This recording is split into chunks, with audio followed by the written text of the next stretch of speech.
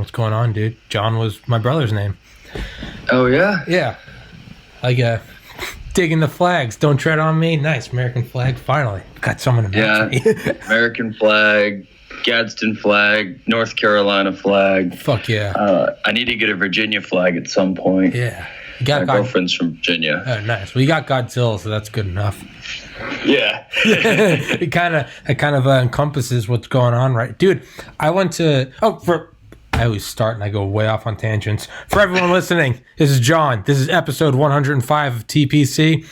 And today, I believe we're going to talk about astral projection. Because you've got a lot of topics to talk about, but I figured let's do one. I want to do one focused on that, and then we can fuck off with some other episodes if you're down. Yeah. Well, that's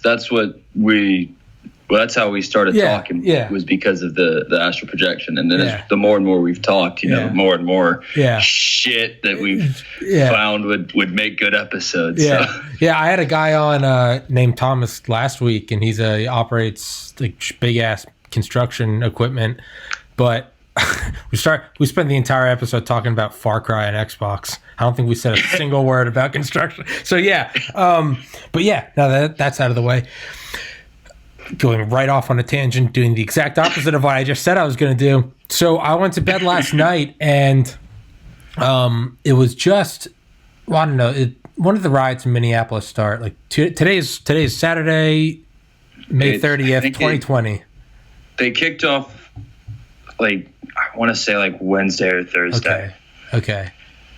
All right, yeah. So me and my buddy did an episode, I think, on Wednesday, and we were talking about, because he did episode number 1 in December, and we talked about how much has changed, and we were like, what's crazy is how the biggest thing is, it's so big and then it's gone before you can even think about it, like Notre Dame catching on fire, or World War III blowing up that Iranian general, and it's just it's in the mind's eye 1 second and then out the next. And we were talking about so we started talking, we were like, what's the next big thing? We don't know what it's going to be, but we're going to look back on this episode, and eerily enough, we said, hey, a musician hasn't been killed in a while. We were like, just because we were trying to, celebrities die, but we're like, a Tupac or a Biggie, when's the last time someone's been iced? 2 hours later, some rapper was shot and killed. So that was kind of weird. And then, but since then, now there are riots across the country, and it's it's like, there it is. There's the thing that we didn't even, so I don't know what I'm going off. Oh, yeah. So I woke up this morning, and it seems like the riots have spread to several cities. Yeah, I was seeing that. Yeah. It's a really interesting thing to look at, because there's it just, I don't even know what to say on it, because as somebody who you look at me, I'm a heavily bearded white dude with flags hung up all over his office. I'm not exactly in a position to talk about corruption in law enforcement. Us white guys can't really, we can't drop our 2 cents. But then at the same time, you've got the mistreatment by law enforcement of minority groups. And I saw something today about a cop who beat beyond recognition a white dude who had mental illness. Crickets. Beyond recognition, you covered in blood and scratches, and died days later. And there was no talk about that. And there was a little bit when it happened, but that's one of those things that like you said, is in the mind's eye and then goes again. There's somebody who struggles with mental illness personally, seeing that, there is a lot of issues with accountability in our law enforcement. And that's something that, definitely needs to be, something needs to be done about it. My best friend, his uncle, is a cop. He's one of the greatest people I've ever met. He's a great guy. And he has, in private conversations between he and I, has said that, there's some really fucked up shit that goes on. And there's the accountability just isn't there. Yeah. It's, I mean, yeah, as someone that suffers with mental illness myself, as someone that lost a sibling named John to suicide in 2014. Yeah. As soon as you said that, I thought like, man, if the reason why like my brother was gone was because a cop beat him to death, fuck, dude, I'd be out at the nearest Walmart with a flamethrower. Like, it'd be like, yeah, man, it's terrible. And like, no part of me, like a lot of people are like, riots are the only way to get things done. And I'm like, that's a terrible mindset. Like that, because now you're just hurting people that didn't have anything to do with it. But at the same time, like, how else do you get the nation to kind of pause and be like, okay, what happened? If you just, I hate to say it, but if you march peacefully in the streets, like, it's a 2-second clip on the evening news. If you burn down a Target, now you got the president talk, and but then it always goes, as, property destruction is terrible. I guess that's what insurance is for. Not trying to downplay it, but now you have a protester that was killed, and last night you have a federal officer that was killed. So now you have 2 deaths. Now you have 2 people that no longer have a father or a mother or a brother or a sister, and now it's truly okay. Now 1 person died, and now 2 more have died because of it. Yeah. Now and then that is something that is going to be used as a, well, that may have happened, but look at what the protests did. Yeah. And that it always tends to detract from a message when there's negativity, and there's going to be something negative in everything that you do. Yeah. There's going to be some jackass who's going to take advantage of the situation and do some fuck shit. Yeah. That's just the way humans in large groups are. Yeah. It's like what was that South Park episode about the Coney 2012 guy who was beaten off in the streets of San Diego? Yeah, completely steals from the message. None of it matters when it's whacking off and jackety slap. But yeah, you're right, man. It does. It completely takes away from the message, like, because now there's a bad taste in everyone's mouth. Like Colin Kaepernick, like him or not, he did it completely peacefully. Yeah, like I get the whole, you're worth $100 million, you're a bitch, stand for the anthem, sure. But I also have a lot of friends that served in the military that are like, I hate it, but that's what you fight for, is to live in a nation where you are free enough. It's like when people are like, Trump is a dictator, and it's like, dude, the fact that you can tweet that and that the Stasi or Gestapo aren't kicking down your door and killing everyone in 3 generations, that shows that is not a dictator. And it's like the fact that you can kneel and you're not beheaded, I think that in itself shows the power of just how great the country is.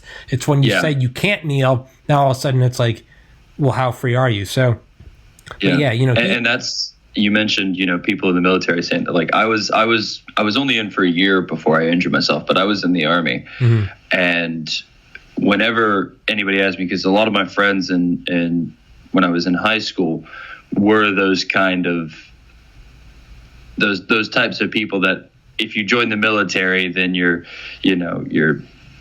disgraceful, you're baby killer or all that type of stuff, because there is still that mentality a lot of times, which sucks. Yeah. But, I had friends who, maybe not to that extreme, but I had friends who shared that type of mind frame. And I told them, I had somebody just absolutely griping and hollering at me and cussing at me about me going in and joining the military.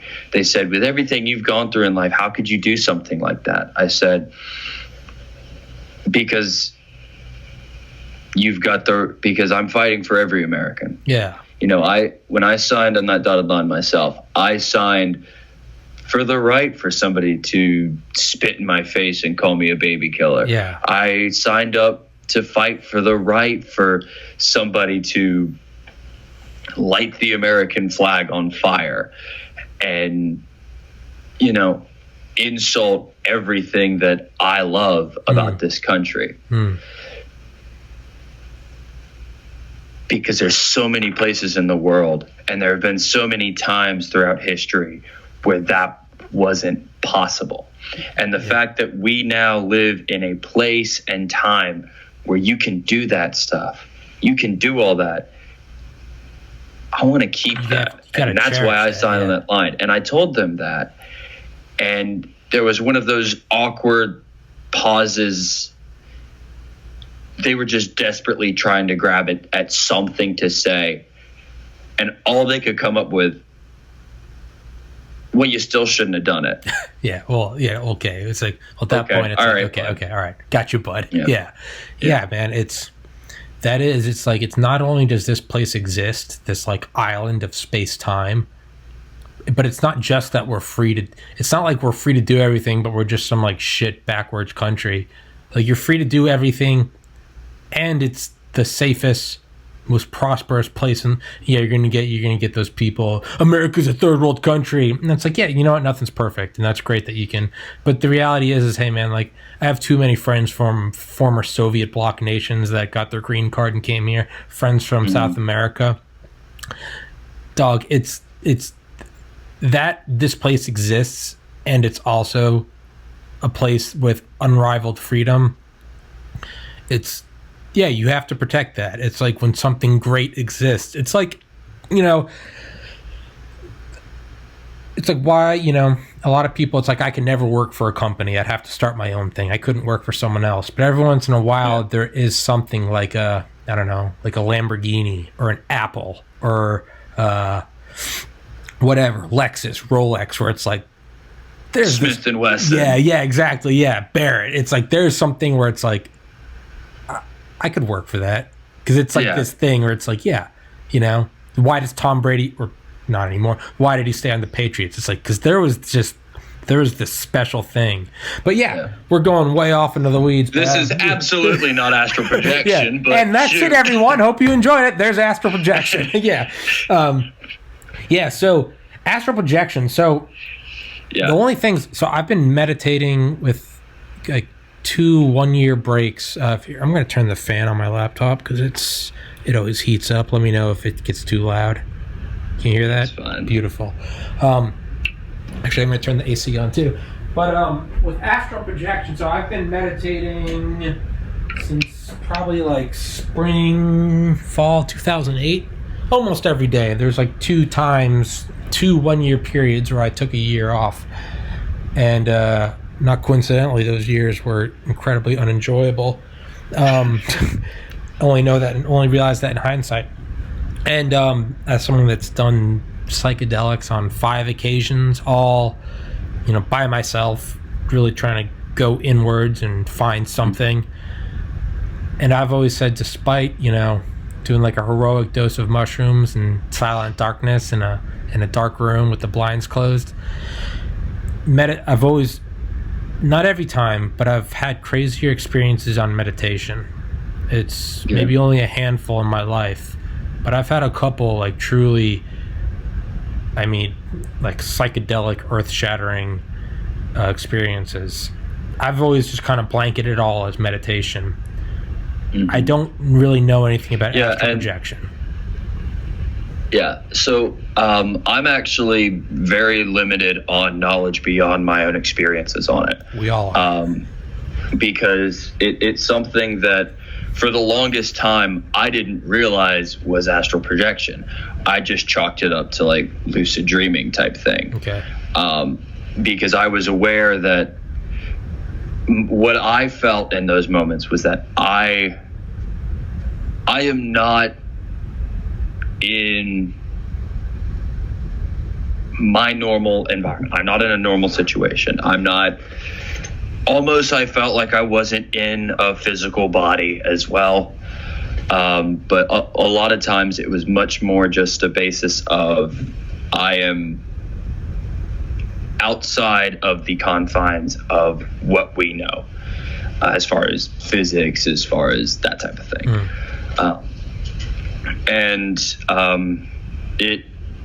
It has mostly happened. I'll wake up in the middle of the night and I'll just lay there for a little bit, not necessarily trying to go back to sleep, just laying there thinking. And I'll start to just kind of feel this this is going to sound really weird, but a stationary drifting feeling. Okay. Where I know I'm not moving, but I feel like I'm drifting away from where I am. And I just kind of just let go and let that happen. And then it starts to go into the astral projection type, where I can feel that I am out of my body, for lack of a better term, and I am moving through. It almost feels like moving through like a fourth dimension. Mm-hmm. Because it's that same feeling of moving through three-dimensional space, but knowing that physically I am stationary in the three-dimensional space. Yeah. But there is that movement, that same feeling of movement occurring. Yeah. So it has to be another. Yeah, it has to be another plane, X, Y, Z, or I don't know, A. Yeah. Yeah. And it's really just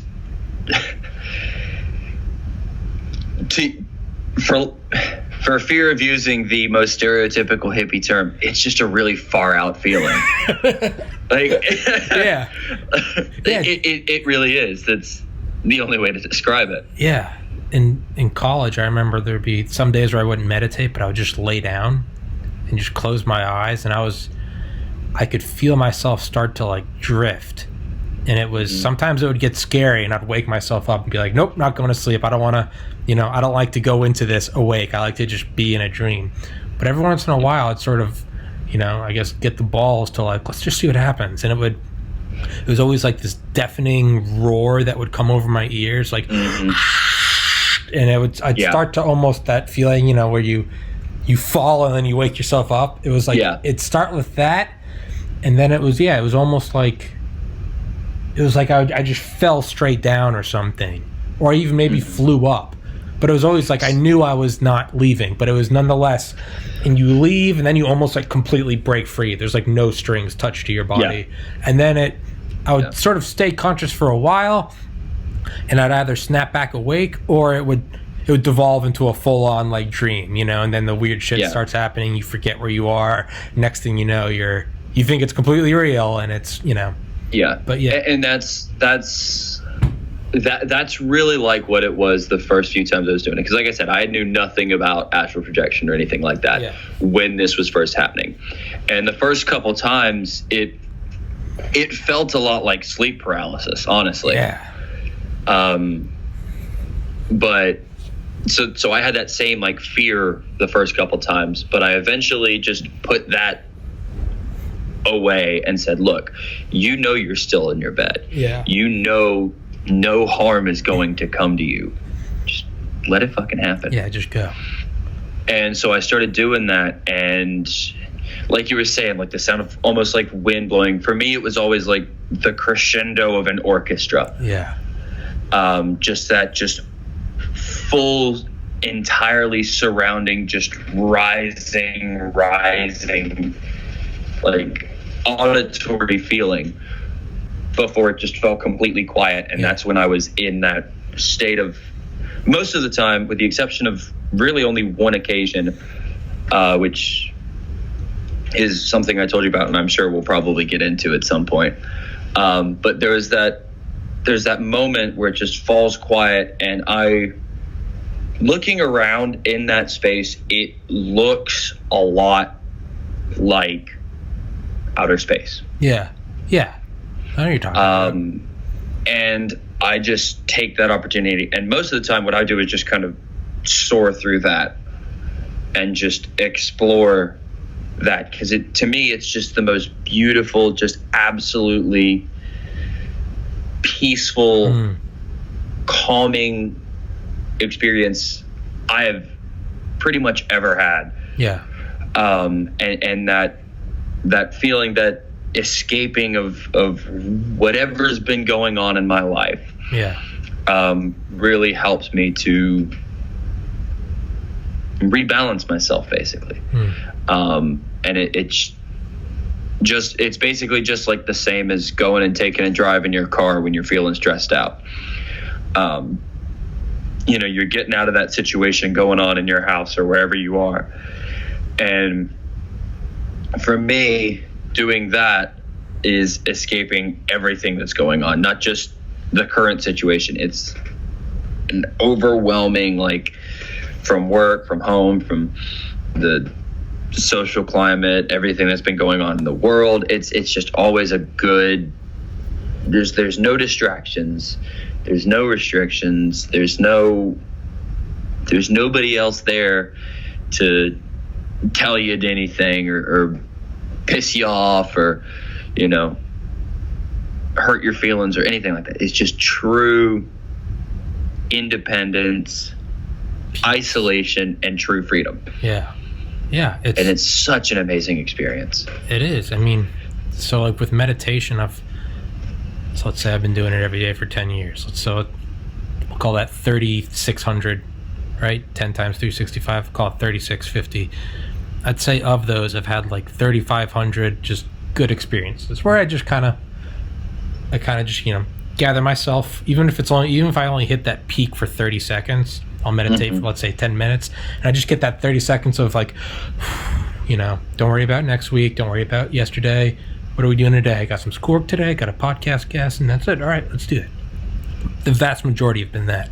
I'd say maybe like 5, maybe less than 5 have been like this insane, almost like divine, like where I can't really explain it. It's like, it's just completely stepping out of reality. But I'd say I've probably had like 100 of what I think you're talking about. Maybe not on that level of like movement, but I know what you're talking about in terms of just peace. It's not. It's like we're always so used to the polarity of like happy and sad, or like anxious and excited, but it's neither of those. It's above the polarity. It's just.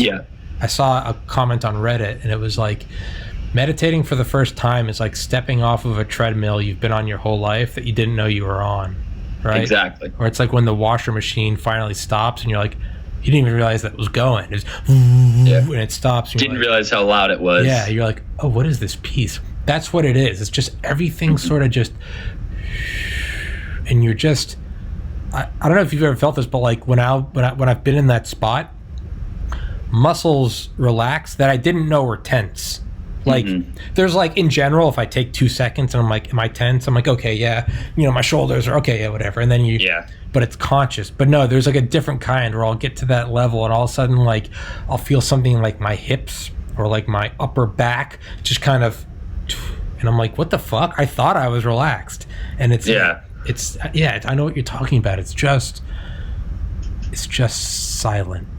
You mute everything. It's like shutting the windows on the highway and turning the radio off. It's just, and it. Well, see, I drive a 21-year-old car. There's still a lot of sound going on. Okay, yeah, but yeah, compare, compare it to just, it's just, and goddamn, if you don't come out of that feeling like you just got up from a nap and had a cup of coffee, like you're just charged for. Like you can take on anything. It's like what Terrence McKenna says. He's like, problems they roll up and beat off your back like water on a duck. It's just like, and man, I know what you're talking about with when you said it looks like space. I would say those like 5 really psychedelic meditation experiences I've had. They've all had something to do with where it's not like my eyes are closed, but I'm definitely like looking at something, and it's. The overwhelming feeling is just is volume, is space, like standing in the middle of a basketball court, like an empty arena, and it's like, oh wow, you're like, oh, I couldn't touch the sides if I wanted to. It's you see, it's now if you have the same problem as me, the problem is how do I get back to that spot? Yeah, and so for me, for when I first started doing it, it was a lot of, all right, I got to figure out how to do that again. And for the longest time, I couldn't figure out how to do it again. And honestly, I still, to this day, don't know how to tell somebody to do it. Honestly, what it is that you've got to get, for me, I've got to get to the point where I'm like, all right, I am not going to keep trying to make it happen. Yeah. I know that sometimes it's going to happen. I know that oftentimes it happens exactly when it most needs to, when there's the most stress going on, and it's going to happen. I had to throw my hands up from trying to make it happen, and just let it happen when the opportunity presented itself. Yeah. Because when you try to force yourself to do it, when you try to make it happen, I have never, ever been able to actually get it to happen. It's something that just has to come naturally. It's to me, it almost feels like there's a doorway, there's a gate in the way that you cannot open. If you've ever tried picking a lock, you know, sometimes if you end up putting way too much pressure on that tension rod, you're not going to be able to move those locks at all. If you just loosen up just a little bit on that tension rod and you just move the pick just right, that tumbler will just slip right into place and the lock will pop open. And it's almost like that. It's almost that level of, I'm trying so hard to do it, I can't get it. But when you just take a minute, you step back, you relax, you breathe for a second, and you're like, all right, this is going to happen. I know it can happen. I'm just trying too hard. Yeah.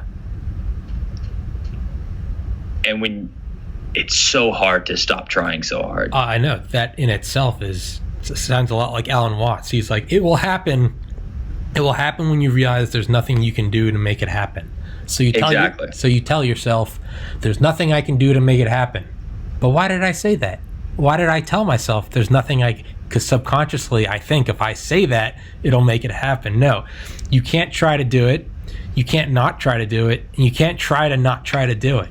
You cannot. And he goes, and once you come to that conclusion, you truly realize all you can do is wait. And then it happens.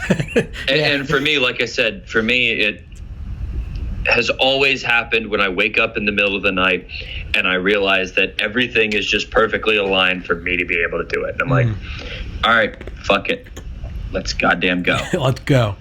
It's like Hunter S. Thompson with psychedelics. You don't find psychedelics. Psychedelics find you. And it's when you're hunting for LSD, I'm stressed. I need to just, no.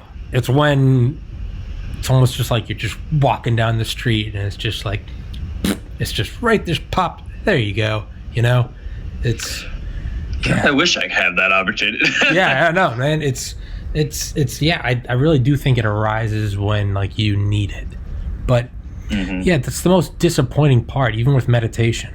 I've tried so many methods. I mean, I can't begin to count the methods, let alone the times I've tried each method, but just everything.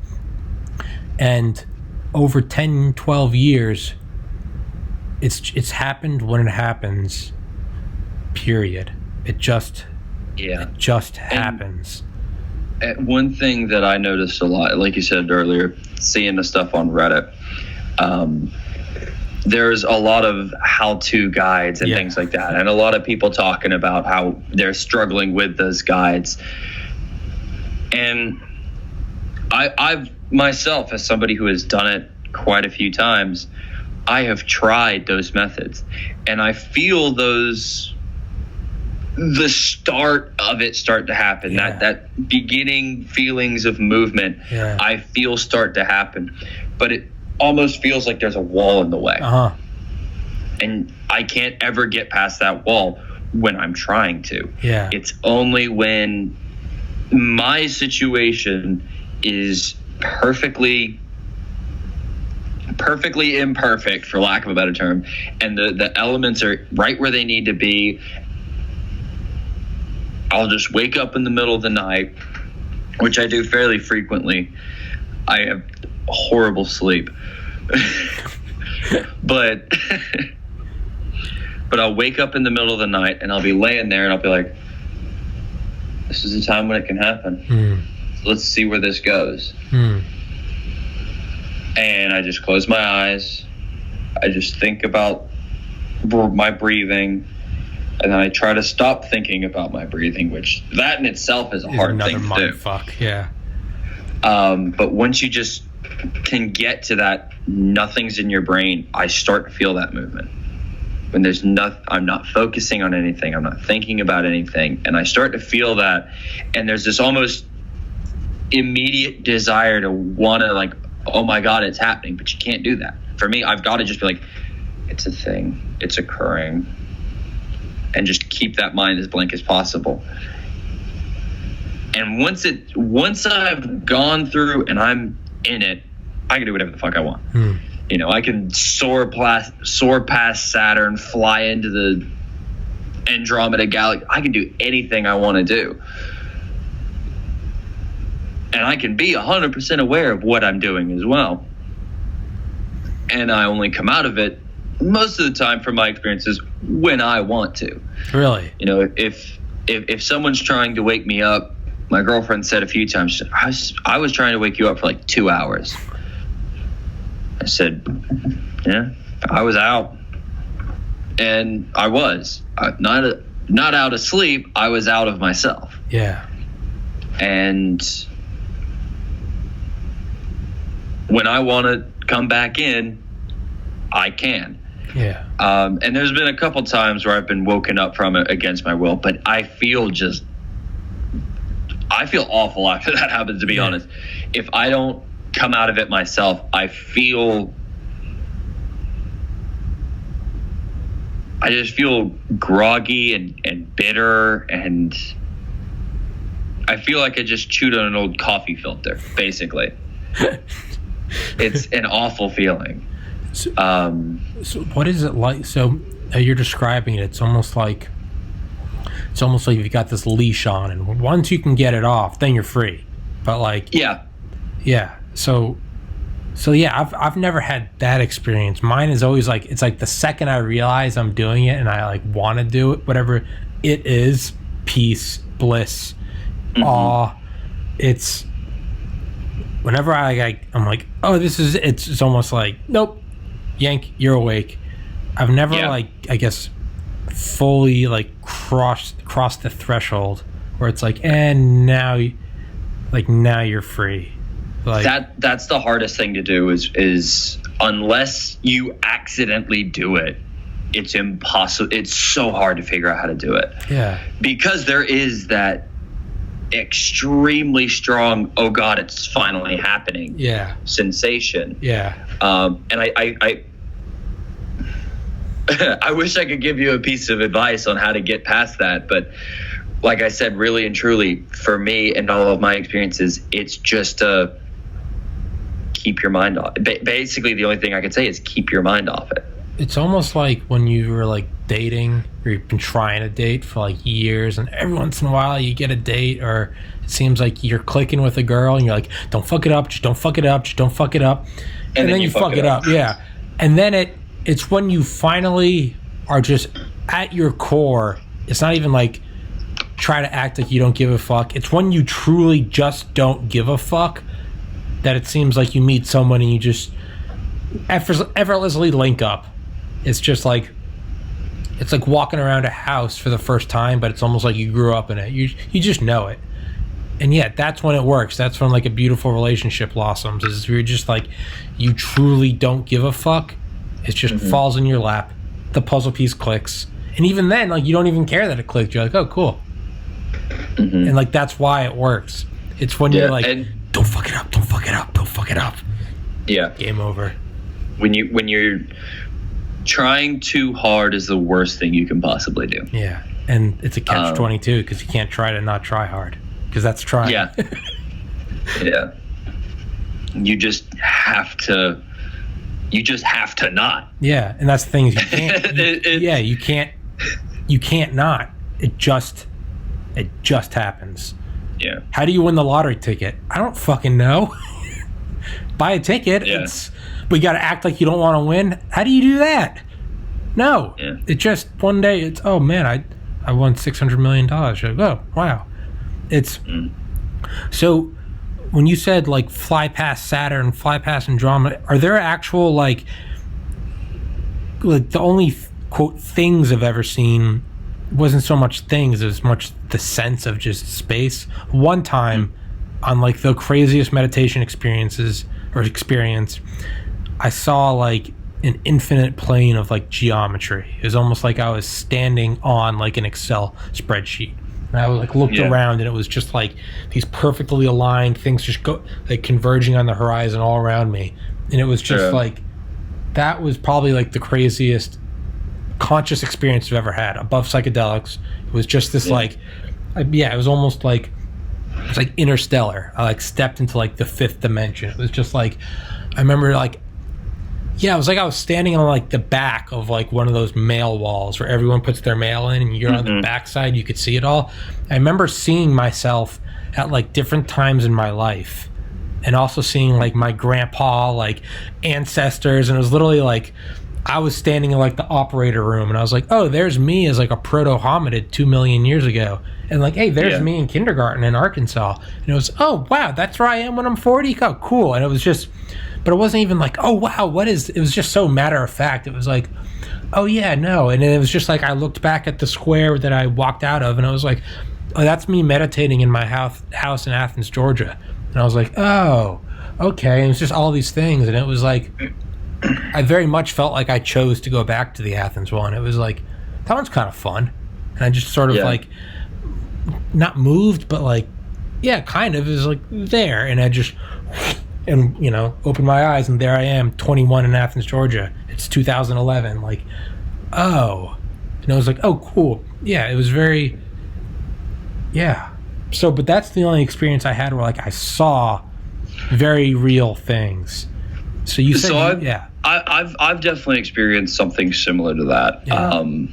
That type of, just seeing everything from all of history just playing out in front of you. Like, I've experienced that a couple times. The one I experienced the most is just flying through space, and it looks like outer space. And like you were saying, it isn't like, holy crap, I'm flying past Jupiter right now. That's the storm that's been brewing on that planet for thousands of years. That's insane. It was like, oh, that's Jupiter. That's the red spot.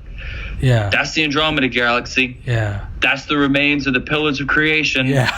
Awesome. Yeah. Like, that's all it felt. But for me, the one that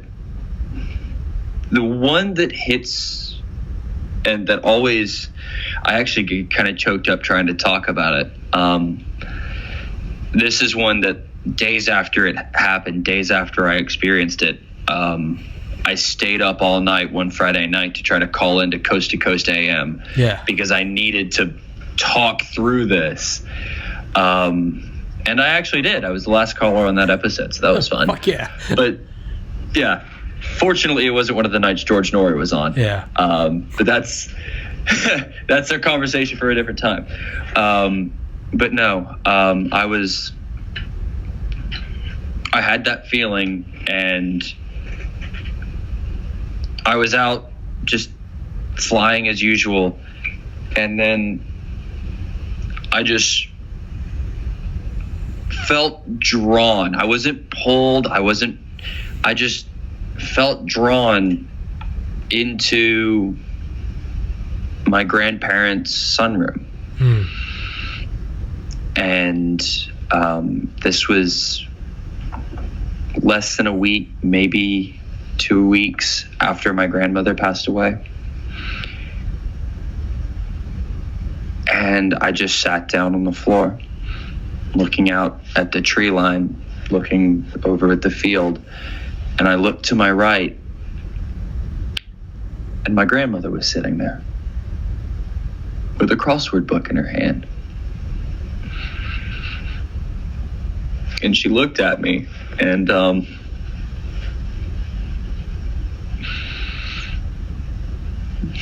sorry. No, you're fine. She said,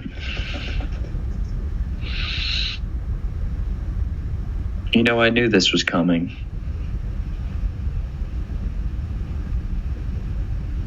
She said that she had known that it was going to end up the way it did. She had recently been diagnosed with lung cancer and had been having memory issues. the lung cancer further basically created rapid onset dementia. She got the diagnosis late October, early November, and was dead December 3rd.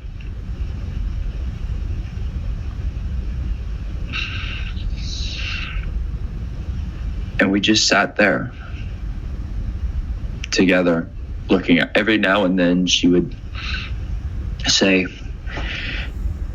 remember catching lightning bugs out there? You had that little plastic jar with the magnifying glass lid that you would keep 3 or 4 of them in at night and then go out and put them back outside in the morning. I said, yeah, I remember. I said, I also remember standing right over there as you were throwing one of those plastic wiffle balls to me, and I was trying to hit it with one of those big fat wiffle ball bats. I never hit it, but the one time I did, I clocked it and drove it right into the side of your leg. She said, yeah, that stung. Not as bad as when the rooster got me, though. Yeah. And she told the story of when one of the roosters that we had when I was a kid, mean little bastard, got her and with the spur and spiked her in the leg. And we talked about the trip to Tweetsie Railroad in the mountains here in North Carolina. We talked about all this stuff, and then she said, make sure you tell your sister about this. I think it's time for me to go now. And just kind of, she looked off and just kind of evaporated and drifted away. The atoms or molecules or whatever, the energy that made up her just returned to the universe.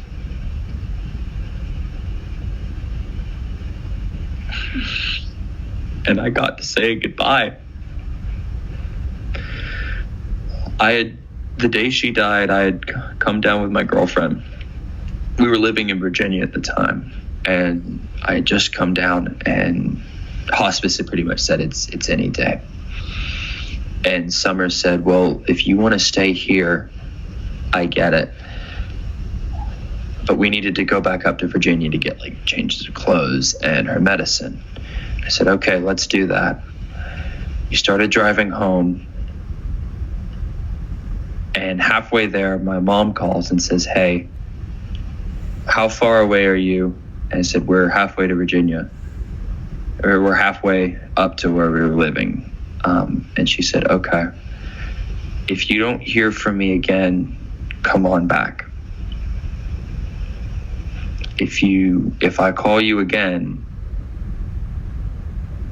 then there won't be a point. I was pulling into the driveway, and my dad called me and told me that she had passed away. He missed by 15 minutes. 15 minutes before he got there, she died. In the house as she died was just her and my grandfather. They met in high school. They were 16 and 17 when they met. And they had been together ever since. They'd spent their whole lives together. And she went with just him by her side. And in that moment where I was there with her spirit, there with her soul, there with the energy that made up her, I could tell that that's exactly what she wanted. I knew that she wanted it just to be her and him. And she just wanted to make sure that I knew that she loved me and that my sister was loved, because my grandparents have been more like parents to me. My parents, there still are. They're part of a religious cult. That's a conversation for another podcast.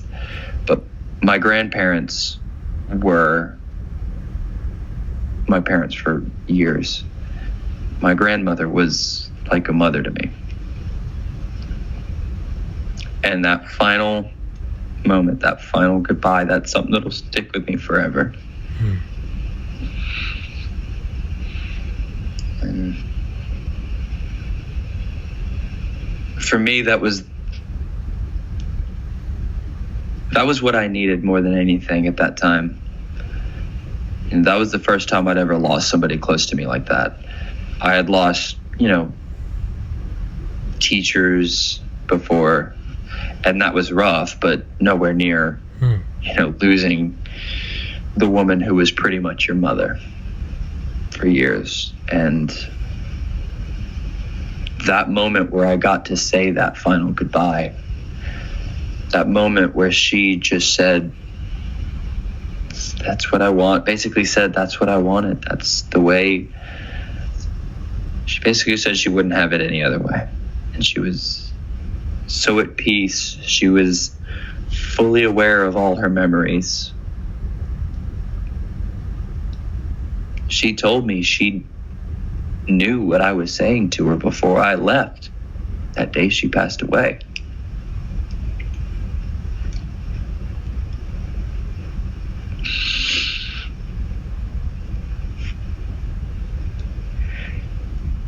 And like I said,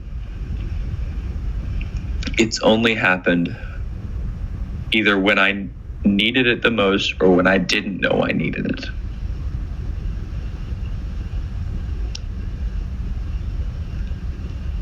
That was the most just, I don't even know how to describe that.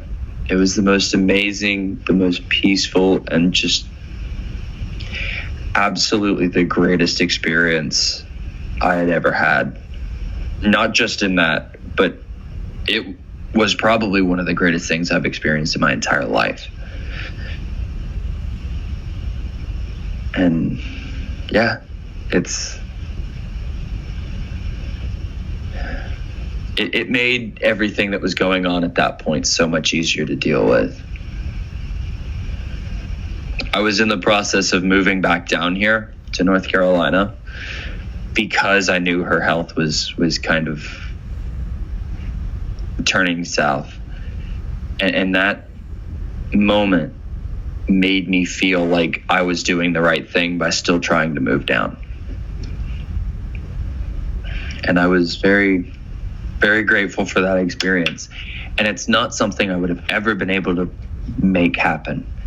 It's not something I knew was going to happen. It's not something I planned on trying to have happen. It just happened. And there are really no words to describe just how amazing, how perfect, how necessary, how everything that experience was for me. Yeah, thank you for sharing that. Thank you very much for opening up to me, my friend. No, seriously, it's stuff like that it's like I think so many more people have these experiences than any of us know because no one wants to talk about them. Yeah. Right? Not because they weren't peaceful, not because they weren't beautiful, but it's almost like, how do you say that with a straight face kind of thing? It's like, I lost my brother on April 15th, 2014, a suicide. I was down in Georgia, 700 miles away from him, with my girlfriend at the time, and it had a panic attack in my dream that I was looking over his shoulder, and I saw him, write a note, get all of his stuff, get a gun, and go. And it happened the next day. And I remember piecing together, looking at like texts from family members, putting together times and places, and realizing that the dream was happening at the exact time that it happened. My girlfriend, ex-girlfriend at the time, but I remember her waking me up because she said, she was sleeping and her ear was on my chest, or head was on my chest. It's a weird way to say ear. Head was on my chest, and she woke up because my heart was beating so loud. So she woke me up thinking I was having a terrible dream, and I was. But and then that was more than just a dream. Yeah, and like the next day, like parents called me, but like without giving away too much private information about my own family and for their own. This is my podcast. I'm free to talk about me, but just for their own privacy's sake, I won't go into detail. But checking through like actual like text message records, like timestamps, places, corroborating stories. It happened like down to like the exact minute and down to what he did. Like saw it all. Didn't tell my parents until like late 2018, almost 4 years, because it was like, I don't know who the fuck to tell this to. And that's what I was getting at, is like, how do you tell that story without someone looking at you like, okay, yeah, that's nice. It's like, but it was the most real thing that had ever happened. And it was,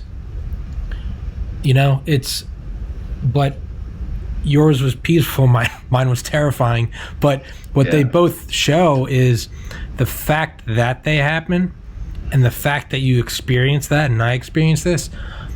All that really says to me is like, whether it's good or bad, it's like, well, hold on, this thing exists. It's like whether you watch a scary movie on the internet, or whether you video chat with a friend, or whether you watch porn or get a recipe, the fact that like the internet exists, it's like there's this medium that exists regardless of what happened on it, but it exists. And that's how I look at it, is like, so hold on, there's this, I've had on this Delta Force guy who is like similar experiences with his parents having like heart attacks across the world, literally United States and in like Indonesia, and like knowing something had happened. All that says to me is like, there is this like medium, there is this dimension, and people want to write it off as like, oh, it's spooky magic. And my argument is, magic is just science yet to be discovered. Exactly. What Dale and I, the Delta Force guy, who's like 55, like not like a hippie, is a Delta Force guy, is like, he's like, no, it's like if you went back, imagine coronavirus. Okay, well, imagine the Black Plague. Imagine going back to like where they still thought the Earth was flat. What, Leeuwenhoek, did he even invent the microscope at that point? And there's just people dying. Yeah, naturally, you kind of thought it was a witch, because it's this microscopic thing happening on, we don't even know cells exist, let alone like the germ theory. And it's like, very much so, it seemed like black magic. Like, oh, wow, God's punishing us. Everyone's dying.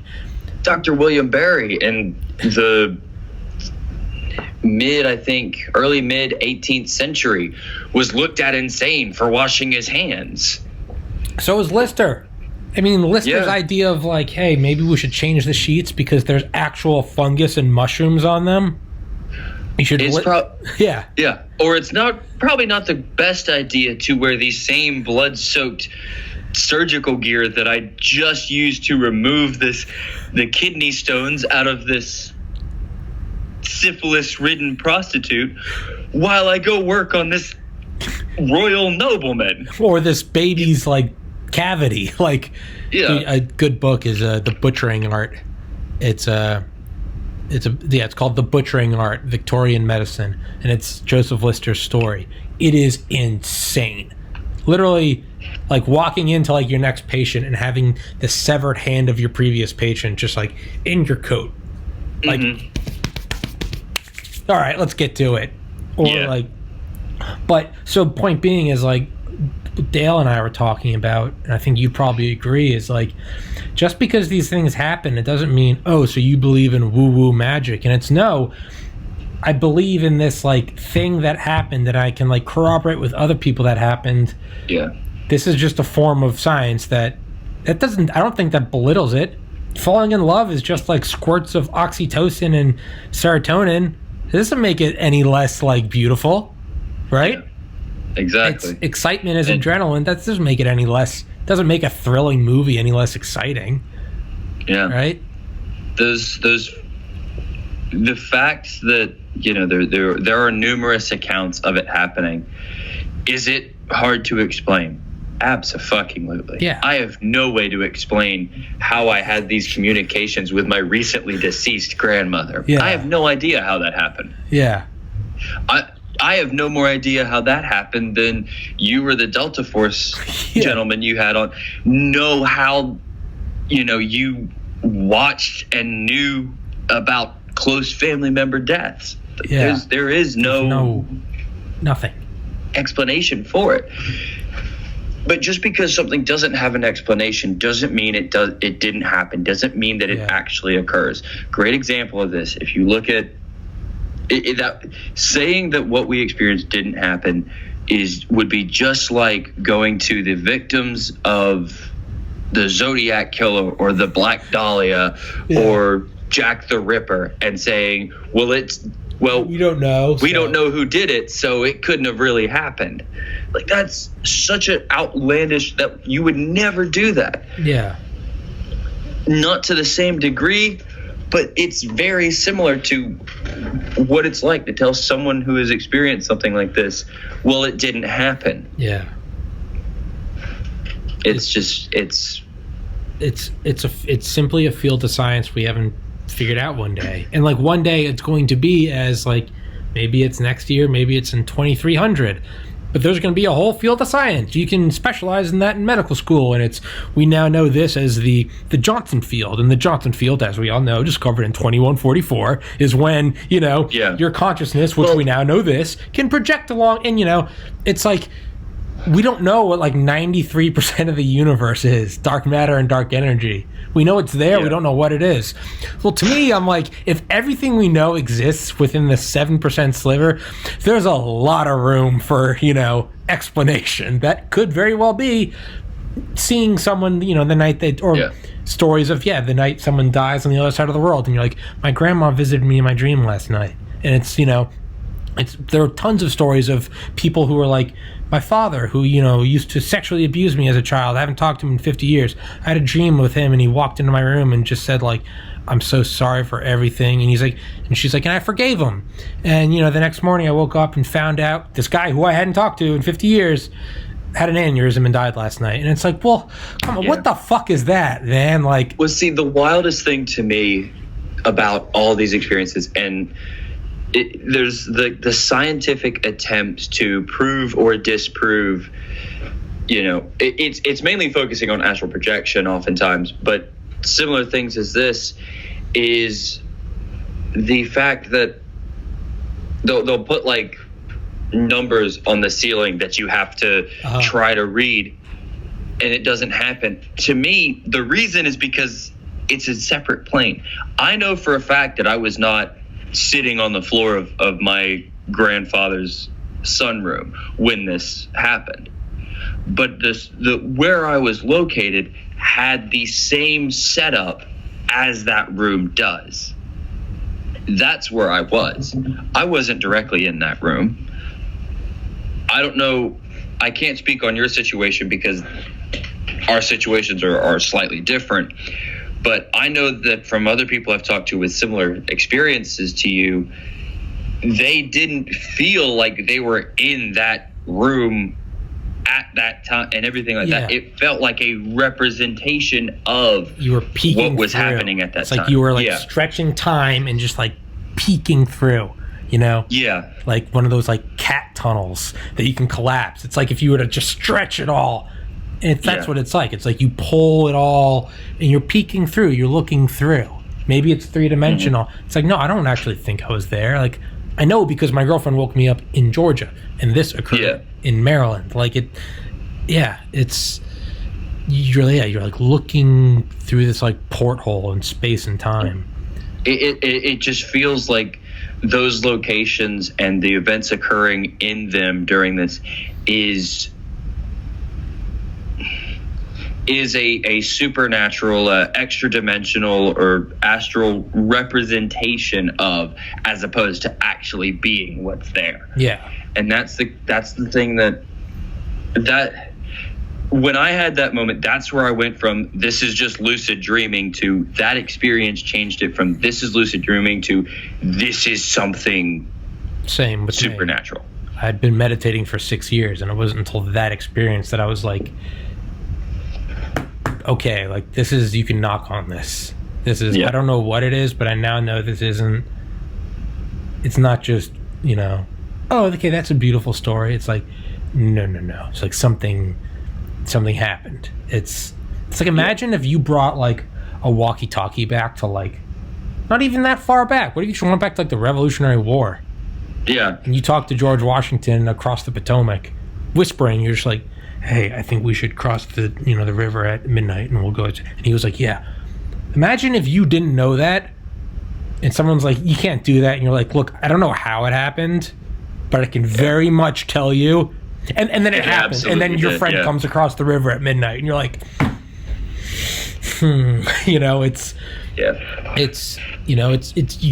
you don't have to claim to know. And the important thing is like to stay open-minded, be like, look, I don't claim to know what it is. Now, if I was very strictly trying to tell you what's this and it's dark matter and that's when you start to lose credibility.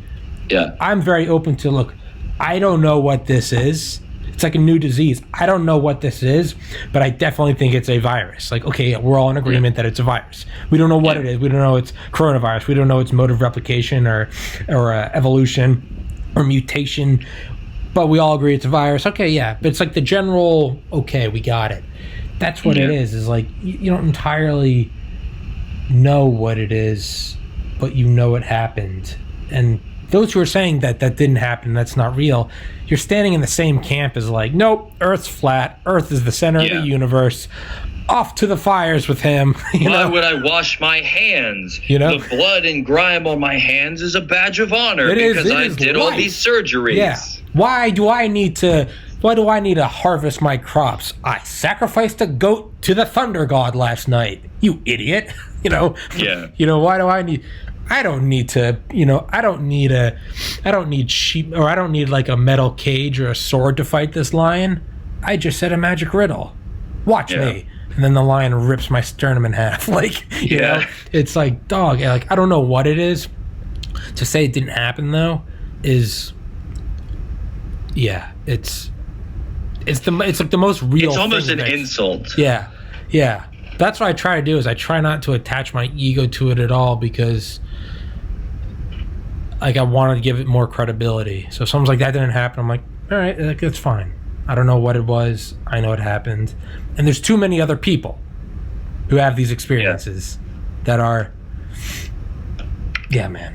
People that by all means are definitely reputable individuals. Dude, Nikola Tesla said he jumped out of his body and saw everything happening a couple seconds prior and in front of him.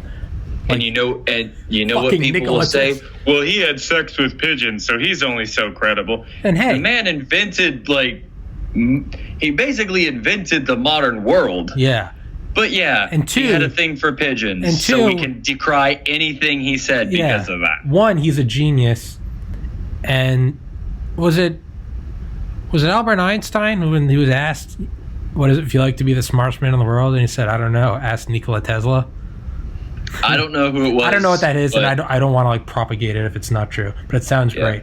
But so one, he's probably one of those miscredited quotes to Einstein, because there's so many of them. Some like Facebook meme. So one, it's like, don't knock Tesla because he's a genius. And two, hey man, don't knock pigeons till you've tried it. Don't kink shame them. Come on, I thought we were progressive, I'm not trying pigeons. I'm sorry. Yeah, neither am I. But hey man, if it's consensual, I'm fine with it, man. Full circle, back to the freedoms. If you're free, if you and a consenting pigeon adult, then who am I to judge? A mature adult. You guys signed your papers. Well, then go for it. And I think that is a perfect way to end this. That was full circle. So that, in a nutshell, is astral projection. Pigeons and rioting. For everyone that skipped the middle. But dude, let's I'll text you after this. Let's definitely do another one on religious cults. And Oh yeah. That'll be a fun one too. Hell yeah. Well, dude, thank you so much for doing it. Thank you for telling your story. Thank you for opening up. And thank you so much for having me. Hey, brother. I appreciated it. I talked to the former personal trainer of Arnold Schwarzenegger, and he's like a brilliant mental health guy, John Romanello, and he was talking to me about like my brother. Dude, I was crying like a fucking baby right here on the podcast. So don't be ashamed, man. It's Hey, I held it together pretty good considering. I think. absolutely, yeah. I just need to get like a sorority girl on here crying because her and her sisters have the same shoes. Yeah. Then everyone will feel welcome. Yeah. All right, man. Yeah. What time is it? 3:02. SpaceX launch in 18 minutes. Given the weather doesn't fuck up. First time that American astronauts on American rockets from American soil will take off since 2011. I know. It's gonna be awesome. Will it happen though? That's the key. I don't know. Where are they launching out of? I think in Florida, right? I feel like let's see, SpaceX. Florida, Alabama, or California? Yeah, I know they have Texas plants, but I don't think they take off from there. I don't think they launch out of Texas. I think that's just mostly like commo stuff. Florida. It's out of Florida. SpaceX and NASA gear up again for historic launch. What's happening? To make its second attempt to launch 2 NASA astronauts on Jesus, I can't talk. The International Space Station.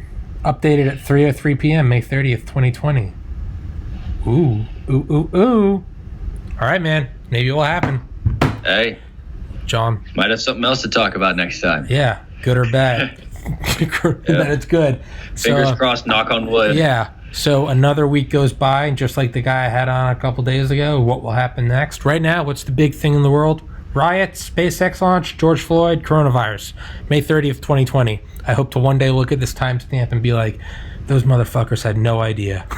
Hopefully we'll be looking back positively. Positively. They had no idea that world peace happened. Maybe it's Godzilla. Maybe it's Godzilla. They didn't know. Just so long as we don't try treating coronavirus with atomic something or other, we'll be good. Little did they know. May 31st. Radiated iguana. Yeah, May 31st, 2020, a day that will live in infamy. What do you mean? You'll know soon enough. Fuck! Yeah.